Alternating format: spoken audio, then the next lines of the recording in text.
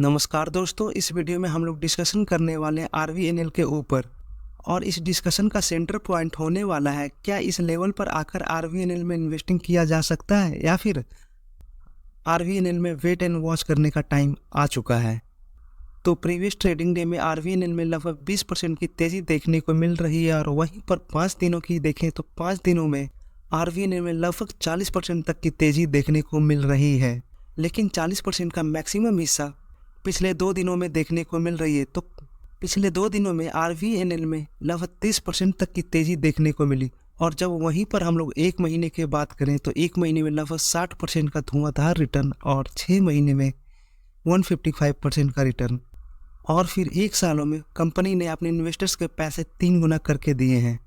तो इन सभी डेटा देखकर मोहल्ले का शर्मा जी का लड़का भी बता सकता है कि कंपनी शॉर्ट टर्म में बहुत ही ज़्यादा भाग चुकी है।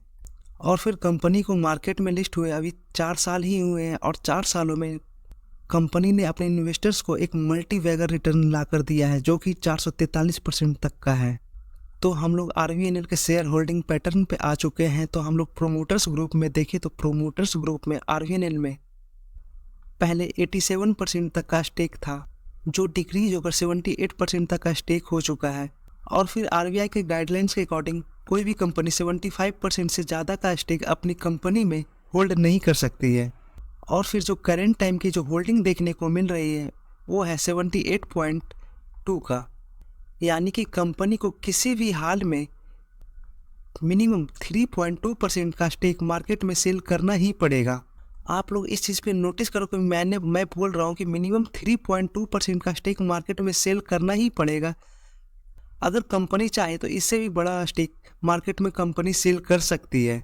चलिए अब हम लोग एज्यूम कर लेते हैं मिस्टर ए नाम के एक कंपनी के प्रोमोटर्स हैं, और इन्हें अपनी कंपनी का स्टेक सेल करना है। तो फिर ये स्टेक अपना कब सेल करेंगे? जब कंपनी का वैल्यूएशन काफ़ी ज़्यादा हाई होगा या फिर कंपनी का वैल्यूएशन काफ़ी ज़्यादा लो होगा। तो वाजिब सी बात है कि मिस्टर ए अपनी कंपनी का स्टेक तब सेल करेंगे जब कंपनी का वैल्यूएशन सबसे ज़्यादा होगा। और ऐसा हम लोगों ने हाल के टाइम में ही देखा था कि कंपनी का वैल्यूएशन काफ़ी ज़्यादा हो चुका था, और उसके बाद प्रोमोटर्स ने अपना स्टेक सेल किया था। तो उस कंपनी का नाम था रुचि सोया, जो कि एक पतंजलि की कंपनी है। अगर प्रोमोटर्स अपना स्टेक हाई वैल्यूएशन पे सेल करते हैं तो चलिए हम लोग डायरेक्ट कंपनी के वैल्यूएशन पर ही आ जाते हैं कि कंपनी का वैल्यूएशन कैसा चल रहा है। जब हम लोग 5 सालों का एवरेज वैल्यूएशन देखें तो 5 सालों का एवरेज वैल्यूएशन है 6.3 का, और करेंट वैल्यूएशन की बात करें तो करेंट वैल्यूएशन है 11.2 के आसपास, जैसा कि आप लोग चार्ट में भी देख सकते हैं। और फिर कंपनी का जब मैक्सिमम वैल्यूएशन जो देखने को मिल रहा था पिछले 5 सालों में, वो भी है लगभग 10 के आसपास का। तो करेंट टाइम से ये तो बिल्कुल क्लियर हो रहा है कि कंपनी ने इतना ज़्यादा वैल्यूएशन आज से पहले कभी अचीव नहीं किया है। और फिर अगर हम लोग कंपनी का सेल्स ग्रोथ देखें तो sales growth quarter on quarter लगभग 1% का नेगेटिव देखने को मिल रहा है, और फिर प्रॉफिट ग्रोथ लगभग 30% के पॉजिटिव देखने को मिलता है। तो कंपनी का इतना ज़्यादा वैल्यूएशन मिलने की जो वजह है वो है कंपनी के आने वाले फ्यूचर में जो ग्रोथ देखने को मिलने वाली है। तो करेंट टाइम में कंपनी को 120 वंदे भारत ट्रेन का कंस्ट्रक्शन बिडिंग जीता है, जिस वजह से आने वाले टाइम में आरवीएनएल के सेल्स और प्रॉफिट मार्जिन में काफ़ी ज़्यादा बढ़ोतरी देखने को मिल सकती है। तो कंपनी का ऑपरेटिंग प्रॉफिट देखें तो कंपनी का ऑपरेटिंग प्रॉफिट कंटिन्यूअस बेसिस से बढ़ता ही जा रहा है। तो कंपनी बुरी नहीं है। और फिर ओपीएम देखें तो ओपीएम थोड़ा सा कमज़ोर देखने को मिल रहा है, लेकिन इससे कोई घबराने की बात नहीं है, क्योंकि कंपनी एक तरह से मोनोपोली ही इंजॉय करती है। तो चलिए अब हम लोग कंपनी के शॉर्ट टर्म के लिए देख लेते हैं कि कंपनी का रिजल्ट कैसा आ सकता है। अगर आप लोग इस चार्ट पे कंपनी का ऑपरेटिंग प्रॉफिट देखें तो कंपनी का ऑपरेटिंग प्रॉफिट जो मैक्सिमम पहुंचा था वो है मार्च 2022 में, जो कि 408 करोड़ था।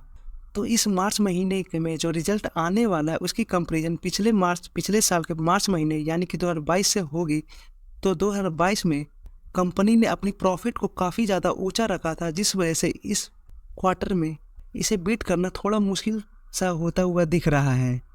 लेकिन जब पास्ट रिकॉर्ड देखें तो पास्ट रिकॉर्ड में देख सकते हैं कि दिसंबर से जब मार्च में जब कंपनी जंप करती है तो एक प्रॉफिट में ग्रोथ देखने को मिलती है, और फिर 2020 से 21 में भी देखें तो इसमें भी प्रॉफिट में ग्रोथ देखने को मिल रही है। और फिर 2021 से 2022 में देखें तो इस क्वार्टर में भी प्रॉफिट में ग्रोथ देखने को मिल रही है। तो अब देखना ये होगा कि क्या इस क्वार्टर में कंपनी ग्रो कर पाती है या फिर नहीं, क्योंकि कंपनी का जो प्रीवियस ईयर का जो टॉप था वो ऑल टाइम का टॉप देखने को मिल रहा है। तो इसे तोड़ना कंपनी के लिए थोड़ा मुश्किल तो ज़रूर होने वाला है।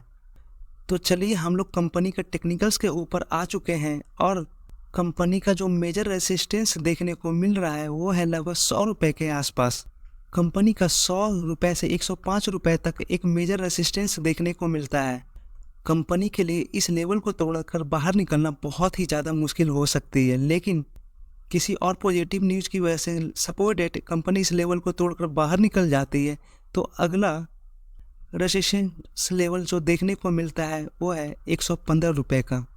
और फिर करेंट टाइम में कंपनी बॉलिंजर बैंड को तोड़कर बाहर निकल चुकी है, तो कोई भी कंपनी हो उसे अपने बॉलिंजर बैंड के अंदर आना ही होगा। और फिर अगर कंपनी का वॉल्यूम का चार्ट देखें तो इतनी बड़ी कैंडल आज से पहले शायद ही कभी दिखाई पड़ी हो।